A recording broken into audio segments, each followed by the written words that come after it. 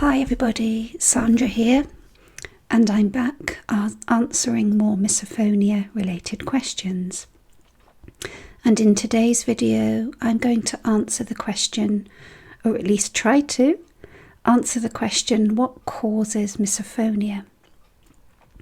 Now I get asked this question a lot, but it doesn't really have a clear-cut answer or a universally accepted conclusion.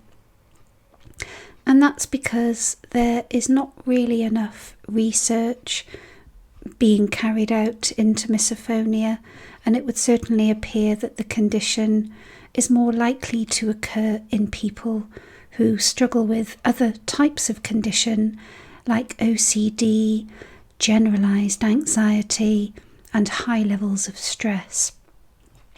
But it's a bit chicken and egg.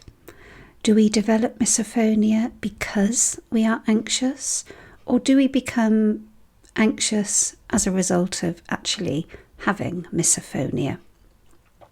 And I think a bit of both is probably true. A highly anxious limbic system in the brain, which is your emotional survival brain, is likely to be very sensitive and might misinterpret sounds in the environment as being threatening. So the trigger responses, for example, anger, rage, disgust, leave the sufferer feeling incredibly anxious. And there are theories that suggest that it's a type of hearing sensitivity or even a form of autism. Now there is some agreement that misophonia is a learned behaviour rather than something we're born with, which is quite interesting.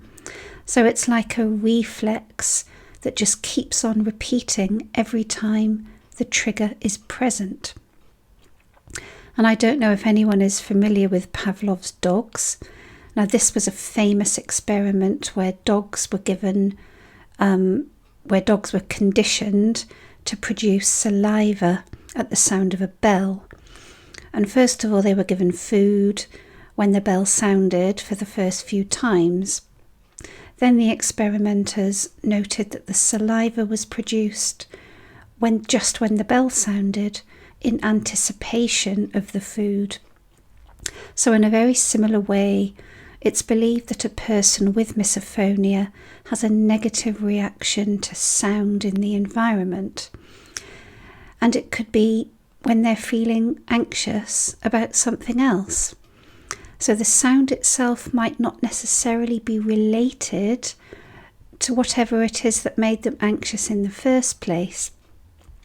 And this is an example of how our survival brain can misinterpret something in the environment, and it might explain why some people who have traumatic events, especially when they were young, develop misophonia.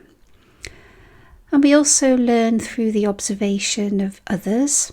So maybe some very young people, children, might notice a family member with the condition and learn it at a subconscious level. However, there's also the other side to this theory, which suggests that some people are born with it. But if some people do learn it or develop it at some point as a conditioned response, rather like Pavlov's dogs, this does give hope that it could be unlearned. Can we reverse this conditioning and learn new ways to respond? Or can it simply just become less sensitive in the amygdala, which is a bit like your internal security guard?